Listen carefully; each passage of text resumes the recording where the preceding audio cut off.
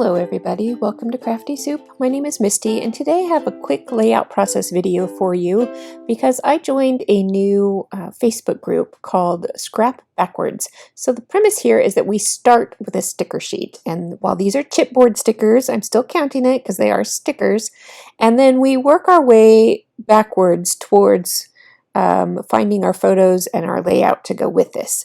So I started with this old Christmas chipboard sticker set, and then I pulled in some other elements of greens and reds, and then I found some of my Christmas papers that I thought would work well with this kit, and this like star print here that helped support the colors I had going on with blues and greens and reds. And then I found a couple pieces of this sparkly glittery paper, a snowflake paper, and then a couple of bows, and some wood veneer pieces, as well as some older rub-ons. So that pulls together the kit that I'm going to work with, and I'm going to do a very quick layout process here for you. And I'm going to focus on this piece of paper, which I believe was a Hip Kit Club piece of paper, and I'm going to use that circle as my main design element here. And as I'm going through my pieces of paper, I'm deciding if I want to kind of back my main photo with something. And then I decide that I want to use this December calendar tag there, or not tag, journal card, to be a bit of a focal point next to my photo. And so I'm going to go ahead and put my title on the circle as well, and besides that journal tag, I think everything else is pretty much going to follow this circle here. As I'm spelling out my title, I realize that I want my, my final letter there to overlap my photo, so I do go ahead and glue down my main focal photo, and I did only glue in the middle in case I wanted to tuck in layers around there, and I don't think I end up doing that, but I did glue it in the middle just in case. And I am adding a little bit of a subtitle here. So it says Merry, and then it says Xmas because these letters are teeny tiny. They will fit in that small space that I have gap between the main part of my title and my photo. So that works for me. All right, with my title done, I want to make sure that I use those stickers on here. And as I was messing with those stickers, I realized that my outer photo ring, I didn't like how big the mat was on there, so I did trim all those mats way down so that they're just a little edging of white around them. And I rearranged them a little bit so that the different photos for different parts of the story kind of go together.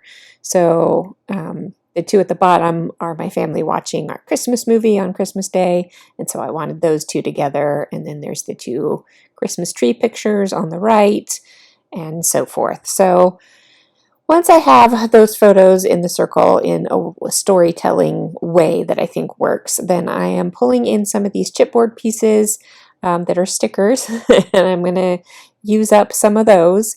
Now, the point of doing this project is hopefully that you can use up older stash and also pull together a small kit that you can get one or two layouts out of, and have some fun playing with stuff that you might have been ignoring and so forth. So I am hoping to get a couple more layouts done out of this kit, and if I do so, I'll tack those on to the end of the video so that you can check those out as well. Now, part of the chipboard stickers in my kit here were actually little button pieces, so I am going to fill in those buttonholes with some twine, and that is specifically why I put it in this kit, because I knew I was going to want to do that. So I am adding those buttons around with just simple twine dangling, and then that Christmas tree down at the bottom chipboard felt like it was kind of floating there a little bit, so I'm going to ground it by adding a little piece of Christmas tree skirting, so to speak, and I'm doing that with this sparkly pattern paper. And then because I don't want that sparkle to be the only place on the layout, I am going to throw in a couple of punch stars out of that sparkle around my title so that there's a little bit of repetition going on with my elements there. And then I'm going to get my journaling in, and I'm just going to add a little bit of a note around each photo grouping because I had the grouping at the bottom matched up and the grouping on the side matched up.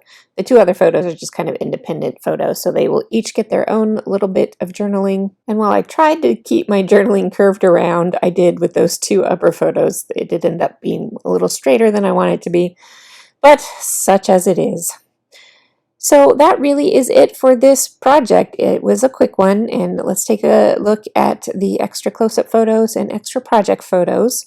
I hope you appreciated this idea. If you would like to check out that Facebook group, it's totally free. I'll put a link down below. And if you did get something useful out of this video, I would appreciate a thumbs up because that does help my channel. And I will be back next week with all new crafty videos. Thanks for joining me, and I'll see you next time.